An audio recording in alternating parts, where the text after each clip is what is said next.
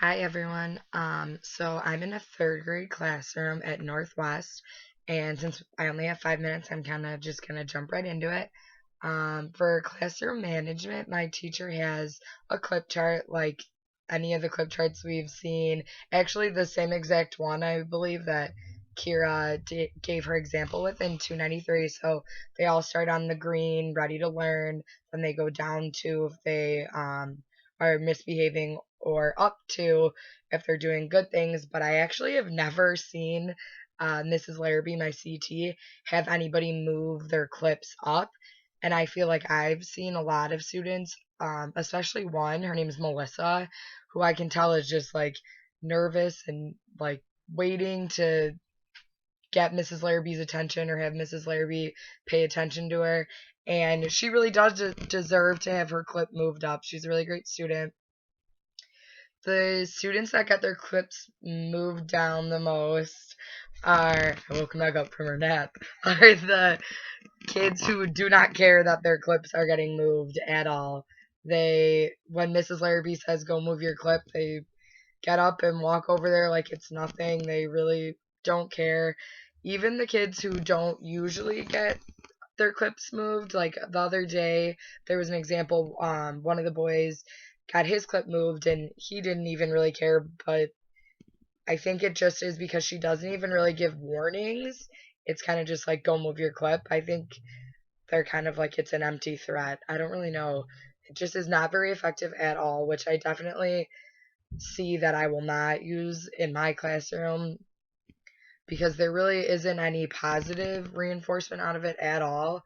And even for the negative, it never really goes anywhere after that. It's just the clip and then that's it. For, um,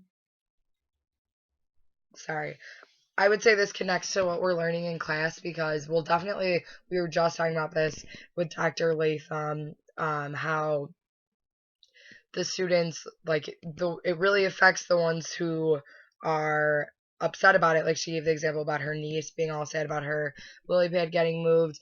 And then for the other ones, they really don't care, like I said again.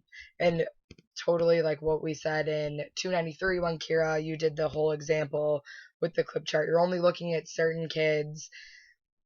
You're only like giving positive reinforcement to certain kids that you're looking at. Like I see so many great things from the opposite side of the room that Mrs. Larrabee just can't see because she's not standing there, she's not looking at them. For community building, there's not like too much community building. I mean, the students are in tables and they can work together sometimes, so that's something. But like I've observed in a first grade class before where the teacher in an ESL classroom where they meet like their language goal, all of them uh, give each other a high five and clap for each other. There's not really anything like that. Like even with the math, they will move up, and I almost want to be like, ooh, like everyone clap, like so and so moved up to their sevens, but there isn't anything like that really. And it's more just so like the community building when they have like group discussions and she kind of lets them talk.